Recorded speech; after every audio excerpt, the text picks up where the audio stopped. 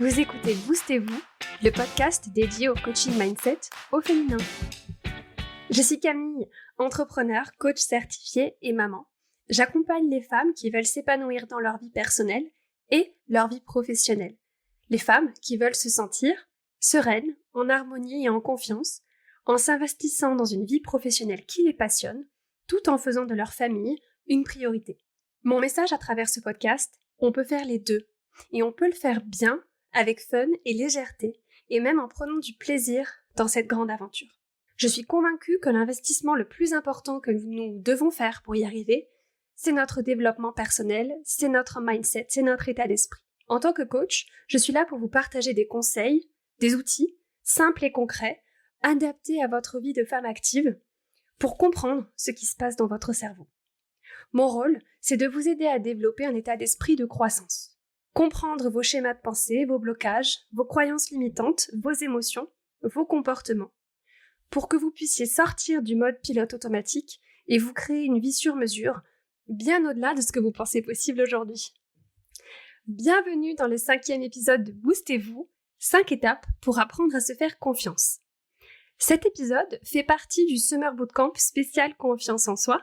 Si vous voulez profiter de l'été pour un boost de confiance en vous et aborder une rentrée pleine de confiance et d'élan, n'hésitez pas à rejoindre le Summer Bootcamp. Toutes les infos sur mon site internet wonderfulmaman.com/summer-boot, B-O-O-T-camp, C-A-M-P. Je vous donnerai aussi à la fin de cet épisode tous les détails et toutes les infos, tout ce qu'il faut savoir pour pouvoir participer au Summer Bootcamp.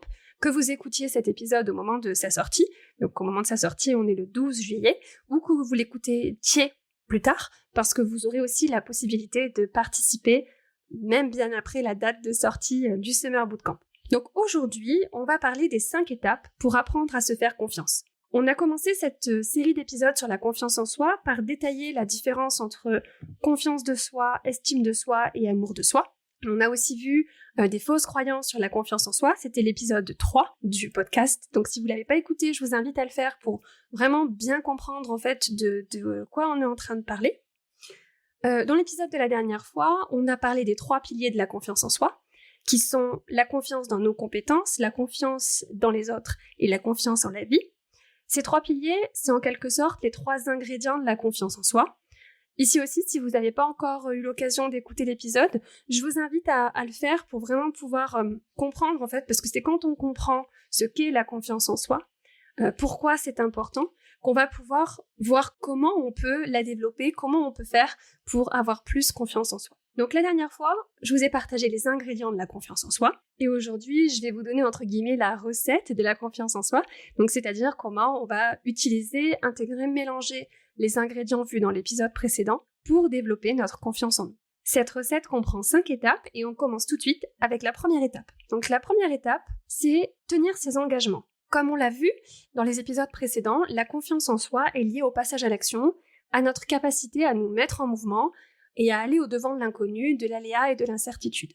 Le premier point qui est important pour apprendre à se faire confiance, c'est notre capacité à tenir nos engagements envers nous-mêmes. Notre capacité à se faire confiance, elle va s'appuyer sur le fait qu'on va faire ce qu'on a prévu de faire, qu'on va suivre les plans qu'on s'est fixés pour nous-mêmes. Quand on est capable de prendre soin de nous-mêmes en quelque sorte, quand on est capable de faire les choses avec responsabilité, les choses qui sont utiles pour nous, pour l'atteinte de nos objectifs, même quand on n'a pas envie de les faire dans l'instant. Parce qu'il y a vraiment une grosse différence entre dire qu'on va faire quelque chose, espérer qu'on va s'y tenir, et s'y tenir effectivement. Si on se dit je vais faire quelque chose et j'espère que je vais m'y tenir, quand on fonctionne comme ça, ce mode de fonctionnement laisse beaucoup de place au doute de soi. On risque de se retrouver enfermé dans une spirale de procrastination, de doute, d'éparpillement et de débordement. Par exemple, si j'ai une tâche à accomplir, un truc sur ma to-do list, je dois envoyer un email important à quelqu'un, je dois passer un coup de téléphone important.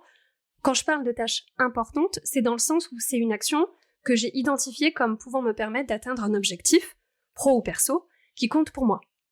Donc si on planifie cette action en espérant qu'on va s'y tenir, ça c'est la porte ouverte à la procrastination. Parce que le moment venu, au moment d'effectuer la tâche en question, on va se trouver toutes les bonnes raisons du monde pour faire autre chose. Et c'est fou comme dans ces moments-là, le panier de linge sale, il nous paraît tout de suite beaucoup plus séduisant. C'est ce que j'appelle du procrasti-cleaning. Donc à la fin de la journée, on n'aura pas réalisé la tâche en question, et on va se dire « Ah, encore une journée où j'ai pas réussi à faire ce que j'avais prévu de faire, je suis pas assez disciplinée, je suis pas assez organisée, je suis pas assez efficace », et tout ce genre de pensées-là, toutes ces pensées de jugement de nous-mêmes. On va reprogrammer la tâche au lendemain, sauf qu'on avait déjà prévu des trucs à faire pour la journée du lendemain. Résultat, on a trop de choses à faire sur notre to-do list, une charge mentale qui explose, des émotions de débordement, on sait plus où donner de la tête, on s'éparpille, on n'arrive pas à prendre de décision sur les tâches à faire. Bref, on est dans une situation où on va douter de nous. Est-ce que ça vous parle, ça, ce genre de situation ? Moi, perso, ça a été mon mode de fonctionnement pendant longtemps, et plus particulièrement quand j'ai commencé de l'entrepreneuriat. Cette façon de fonctionner, elle va pas permettre de cultiver la confiance en soi, mais au contraire, elle laisse beaucoup de place au doute de soi. Parce que quand on fait ça, la conclusion que notre cerveau en tire, c'est « je ne peux pas compter sur moi, je ne tiens pas mes engagements envers moi-même ». Et quand on ne tient pas nos engagements envers nous-mêmes, on va ressentir souvent un sentiment d'insécurité vis-à-vis de soi-même. Et comme je vous en parlais dans l'épisode précédent, la sécurité intérieure, elle est vraiment nécessaire pour pouvoir passer à l'action, pour pouvoir s'aventurer vers l'inconnu. Et donc, quand on est dans ce mode de fonctionnement, on va se sentir un peu victime de soi-même, au lieu d'être dans une situation où on est en responsabilité, on a le contrôle sur nos propres comportements, et du coup, c'est ça qui va nous permettre de gagner en confiance. Et donc, apprendre à se faire confiance, ça commence par de la cohérence entre ce qu'on dit qu'on va faire et ce qu'on fait effectivement. Comme je vous le disais dans l'épisode 3, on ne naît pas avec la confiance en nous. Cette confiance en nous, on va la gagner, on va la construire en tenant parole, en faisant ce qu'on a dit qu'on ferait à tous les niveaux. C'est comme dans une relation amicale, par exemple, ou dans une relation amoureuse. On va construire notre confiance en l'autre quand l'autre tient ses engagements envers nous-mêmes, et quand nous, on tient nos engagements envers l'autre, quand l'autre fait ce qu'il a dit qu'il ferait. Et à l'inverse, la confiance va s'abîmer si notre ami ou notre partenaire ne tient pas ses engagements envers nous. Hyper important de tenir ses engagements envers soi-même. Mais encore faut-il se donner les moyens d'y arriver et ne pas s'auto-saboter avec des engagements irréalisables. Donc pour savoir si un engagement est tenable, je vous invite à considérer ces 3 critères. Premier critère, il faut que l'engagement soit pertinent. C'est-à-dire, est-ce que cette action que je m'engage à faire est pertinente ? Est-ce qu'elle sert mes intérêts, ceux de ma famille, ceux de mes proches ? Est-ce qu'elle va me permettre d'atteindre mes objectifs ? Par exemple, si mon objectif c'est de prendre soin de moi et prendre soin de ma santé, et que je m'engage à me lever plus tôt le matin pour faire un miracle morning par exemple, est-ce que c'est pertinent ? Peut-être que oui, je suis du matin, j'aime me lever tôt, donc cet engagement est pertinent, à la fois vis-à-vis de mon objectif et de mon chronotype. Peut-être que non, si je suis pas du tout du matin, ou que j'ai un enfant en bas âge qui fait pas encore ses nuits, là je parle en connaissance de cause parce que j'ai tenté le miracle morning en plein postpartum, et en ce qui me concerne, c'était pas une super idée. Ou alors peut-être que mon lieu de vie ne me permet pas de me lever tôt sans réveiller toute la maison. Bref, cet engagement n'est peut-être pas pertinent pour ma vie en ce moment, même si sur le papier, il va dans le sens de mon objectif. Deuxième critère, est-ce que mon engagement est réaliste et réalisable ? Réaliste, ça veut dire que c'est a priori faisable. Par exemple, me coucher tôt, sur le papier, oui, c'est faisable. Est-ce que c'est réalisable ? Ça veut dire, est-ce que c'est faisable dans ma configuration ? Par exemple, oui, en théorie, je peux me coucher à 22h le soir. Mais si au moment où je prends cet engagement, j'ai des événements prévus tous les soirs de la semaine, une réunion qui va finir tard, un apéro avec les copains, le spectacle de danse de la petite dernière, peu probable que j'arrive à tenir mon engagement avec une configuration comme celle-là. C'est réaliste, mais c'est pas réalisable. Troisième et dernier critère, est-ce que mon engagement est respectueux ? Est-ce que cet engagement est respectueux de moi, de mes envies, de mes besoins ? Est-ce qu'il est bienveillant ? Ou au contraire, est-ce que je suis dure envers moi-même par rapport à cet engagement-là ? Par exemple, si vous voulez, on va reprendre l'exemple de prendre soin de soi, si vous voulez prendre soin de votre corps et vous vous dites il faut que je me remette au sport. Peut-être que l'engagement d'aller courir tous les soirs de la semaine, d'aller courir 1 heure tous les soirs de la semaine pendant 1 mois, si vous n'avez pas enfilé vos baskets depuis 5 ans, c'est peut-être pas l'engagement le plus respectueux de vous-même. À vous de voir, posez-vous la question et faites ce bilan intérieur, est-ce que c'est respectueux ? Une bonne façon de savoir si les critères sont remplis, c'est justement de se demander est-ce que je demanderais à ma meilleure amie ou à une personne que j'aime de prendre un engagement comme celui-là pour moi ? Si oui, ça veut dire que les critères sont probablement remplis. Sinon, peut-être qu'on peut se poser la question, pourquoi est-ce qu'on s'impose à soi-même des choses qu'on n'imposerait pas à quelqu'un qu'on aime ? Donc, deuxième étape maintenant pour apprendre à se faire confiance. Cette deuxième étape, c'est d'apprendre à ressentir ses émotions. La confiance en soi va venir s'appuyer sur notre volonté de ressentir toutes les émotions. Parce que le pire qui puisse nous arriver, c'est une émotion. Vous m'écoutez peut-être en fronçant les sourcils, mais si je vous assure que ce qu'on redoute le plus, ce sont nos émotions. Et ça, c'est hyper important de le comprendre, parce que pour la plupart d'entre nous, on va passer tellement de temps à douter de nous-mêmes, parce qu'on a peur de ne pas pouvoir gérer les émotions inconfortables. C'est celles qui risquent de se présenter quand on va passer à l'action, quand on va affronter l'incertitude. La honte, la peur, le rejet, le jugement, l'anxiété, toutes ces émotions-là qui sont liées au passage à l'action. Et on a tellement peur de toutes ces émotions que c'est ça qui nous bloque dans le passage à l'action. Et une notion fondamentale du développement personnel, celle qui personnellement a vraiment changé ma vie et qui change la vie de mes clientes, c'est comprendre que toutes les émotions humaines sont légitimes. Elles ne peuvent pas nous nuire de façon permanente à partir du moment où on est capable de les laisser être là, de les laisser nous traverser. Quand on est capable de les ressentir à 100%, de les processer pour les laisser s'échapper d'une certaine façon. Il y a les émotions qu'on peut labelliser comme négatives, même si personnellement je préfère parler d'émotions inconfortables pour limiter la connotation néfaste du mot négative. Donc quand on comprend que les émotions inconfortables, celles qui sont liées au passage à l'action et à l'incertitude, ne sont pas forcément un problème, quand on est prêt à expérimenter toutes les émotions et qu'on sait que le pire qui puisse nous arriver, ce sera de toute façon une émotion, c'est là où on va commencer à laisser rentrer en nous la confiance en nous. Cette volonté, cette capacité de ressentir toutes les émotions, c'est notre filet de sécurité pour nous dire qu'en fait, je peux faire tout ce que je veux parce que je sais que je sais gérer les émotions, quoi qu'il arrive. Cette compétence à gérer nos émotions, quoi qu'il arrive, va venir renforcer notre sentiment de sécurité intérieure. Et comme on en a parlé dans l'épisode précédent, ce sentiment de sécurité intérieure, c'est un des fondements de la confiance en soi. Parce que quand on fuit nos émotions, quand on y résiste, quand on les évite, on n'est clairement pas dans un état qui va favoriser un sentiment de sécurité. Imaginez si vous êtes en train de vous cacher, de fuir ou de vous battre, peu probable que vous vous sentiez en sécurité dans ces moments-là, n'est-ce pas ? Avec nos émotions, c'est pareil. Cette compétence émotionnelle va nous ouvrir véritablement la porte de la confiance en nous. Ça va nous ouvrir la porte du passage à l'action, parce qu'on va être en mode, ok, je passe à l'action, et quoi qu'il arrive, quelles que soient mes émotions, je sais que je suis capable de les gérer. Alors là, peut-être que vous êtes en train de vous dire, oui, ok, très bien, mais comment je fais pour gérer mes émotions ? Donc on reparlera de la gestion des émotions plus en détail, il y a plusieurs épisodes de podcast qui seront consacrés cet automne.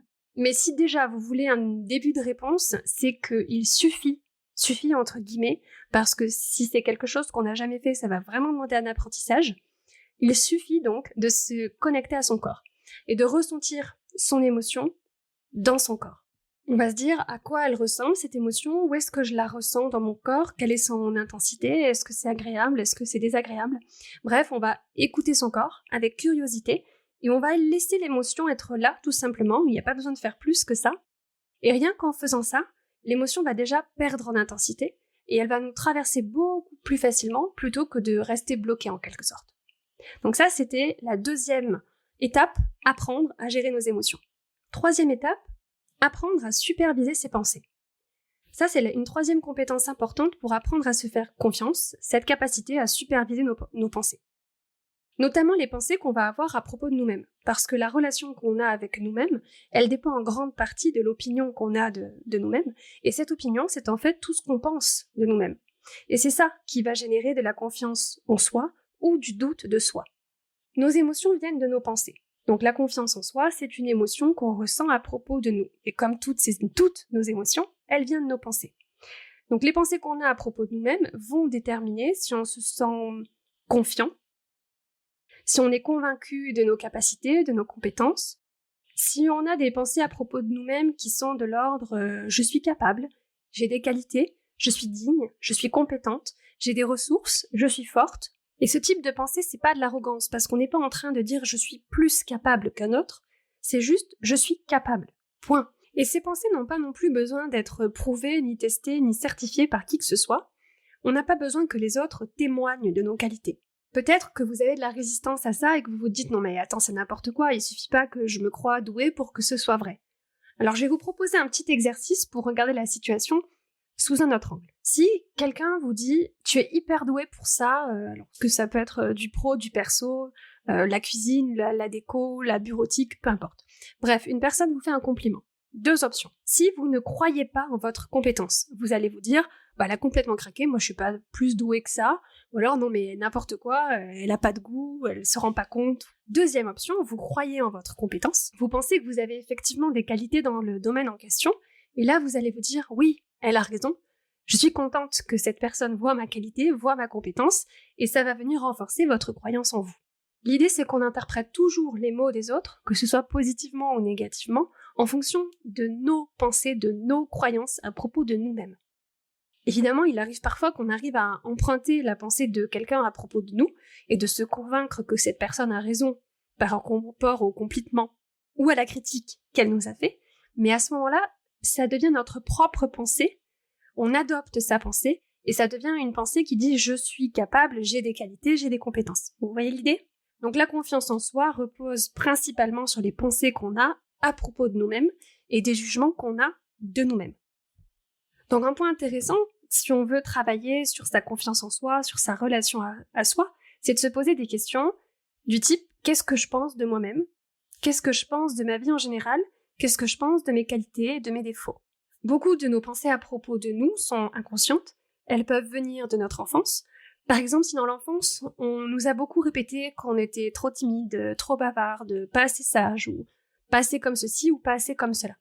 Si on nous l'a répété, ou si on nous l'a fait comprendre, à un âge où on n'avait pas les capacités neurologiques pour filtrer les avis extérieurs, parce que notre cerveau n'était pas suffisamment mature pour faire le tri entre tout ce qu'on entendait à propos de nous-mêmes, alors c'est possible que ces croyances-là, on les ait intégrées et que ce soit devenu notre identité, notre réalité.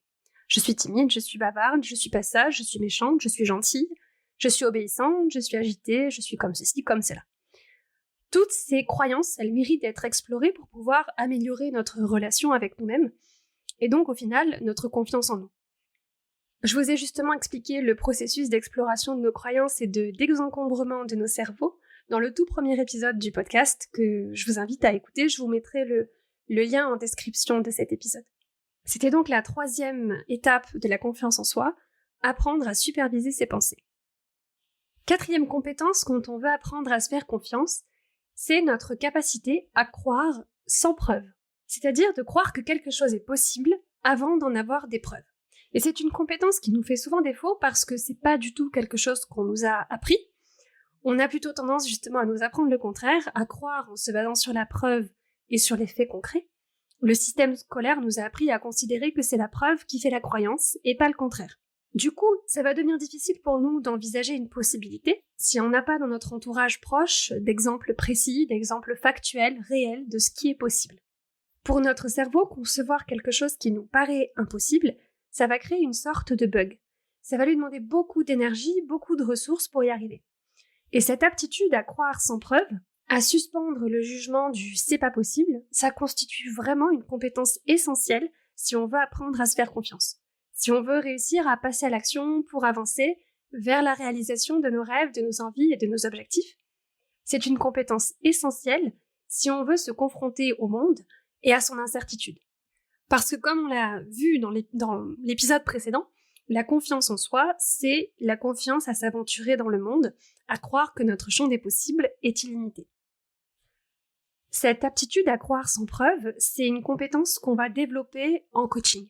En tout cas, moi, dans mon approche du coaching et dans la relation que je tisse avec mes clientes, je crois inconditionnellement que mes clientes sont capables d'atteindre leurs objectifs. Je crois à 100% qu'elles sont capables de passer à l'action et de concrétiser leurs rêves. J'ai confiance en elles. Et c'est justement un des intérêts de la relation de coaching, c'est que mes clientes vont pouvoir venir puiser dans mon réservoir de confiance quand la confiance en elles leur fera défaut. Quand elles n'auront pas les preuves que leur projet, leur envie ou leur rêve est possible, dans ces moments de doute, elles vont venir s'appuyer sur ma confiance en moi. Il arrive souvent que mes clientes viennent me voir parce qu'elles ont un projet, professionnel ou personnel, qui leur tient à cœur. Se reconvertir, lancer une entreprise, changer de vie, se lancer dans une activité artistique par exemple. Elles me disent « j'aimerais que mes proches me fassent confiance ». Comme si elles avaient besoin que leurs proches aient confiance en elles pour qu'elles puissent apprendre à se faire confiance. Parfois, on a la chance d'avoir le soutien de nos proches et c'est formidable. Mais c'est pas toujours le cas. Parfois, nos proches vont s'inquiéter pour nous, ils vont avoir peur pour nous, ils ont peut-être pas tout à fait confiance dans la réussite de notre projet, et leurs inquiétudes, leurs doutes sont souvent le reflet de leur propre confiance en eux, de leur propre champ des possibles, et de leur propre vision d'eux-mêmes et de la vie. Et nous, on voudrait pouvoir s'appuyer sur eux pour avoir confiance en nous. C'est un peu délicat dans cette situation. On en a parlé dans l'épisode précédent, mais la confiance en soi se construit aussi dans la relation avec les autres, dans une sorte de transfert de confiance. Mais dans le cas que je viens de vous décrire, c'est plutôt à vous de transférer votre confiance en vous et en votre projet vers vos proches. C'est comme ça qu'ils vont pouvoir venir puiser dans votre confiance pour pouvoir construire la leur, et pas dans le sens inverse. Donc si au départ, votre réservoir de confiance en vous et en votre projet ne déborde pas, vous pouvez vous entourer de personnes qui vont avoir confiance en vous inconditionnellement. Un coach, un mentor, un professeur, une communauté, des business friends, qui vous voulez, mais des personnes qui vont vous transférer la confiance qu'elles ont en vous. C'était donc la 4e étape, apprendre à se faire confiance en développant notre capacité à croire sans preuve. Ce qui revient d'une certaine façon à faire confiance en la vie, à développer notre confiance en la vie, qui est un des piliers de la confiance en soi, et on en a parlé dans l'épisode précédent. Je vous mettrai le lien en description de cet épisode. Et enfin, 5e, dernière étape, apprendre à se faire confiance en étant dans sa propre équipe. C'est-à-dire, est-ce que je suis dans ma propre équipe? Est-ce que je m'accorde mon propre soutien quoi qu'il arrive? Est-ce que je peux compter sur moi-même? Ce qui revient à se demander si je peux compter sur moi-même pour développer au final les 4 compétences dont on vient de parler. Est-ce que je peux compter sur moi-même pour tenir mes engagements? Est-ce que je peux compter sur moi-même pour expérimenter toutes les émotions de la palette des émotions? Est-ce que je peux compter sur moi-même pour superviser mes pensées à propos de moi-même, pour développer des croyances qui vont me permettre de faire grandir ma confiance en moi? Est-ce que je peux compter sur moi-même pour ouvrir mon champ des possibles, croire sans preuve et faire confiance en la vie? On a donc vu 5 étapes pour apprendre à se faire confiance. Premièrement, tenir ses engagements. Deuxièmement, accepter toutes les émotions qui puissent nous arriver. Troisièmement, superviser nos pensées, superviser les pensées qu'on a à propos de nous-mêmes. Quatrièmement, croire sans preuve. Et enfin, dernière étape, rester dans sa propre équipe, s'accorder son propre soutien. Et ces 5 étapes, c'est ce que je vous propose de mettre en place dans le Summer Bootcamp spécial confiance en soi. Ce Summer Bootcamp se déroule en 3 étapes. La première étape, c'est d'écouter les épisodes du podcast sur la confiance en soi. Vous avez tous les épisodes en question sur la page du Summer Bootcamp et je vous mettrai tous les liens en description de cet épisode. Deuxième étape, c'est vous procurer le workbook qui est un guide à la fois pour votre introspection sur votre relation avec vous-même. À l'intérieur de ce workbook, il y a des fiches pratiques pour vous aider à explorer votre relation avec vous-même, identifier les pensées que vous avez à propos de vous actuellement et de tout ce dont vous avez besoin de croire pour générer plus de confiance en vous. On y parle aussi de gestion des émotions.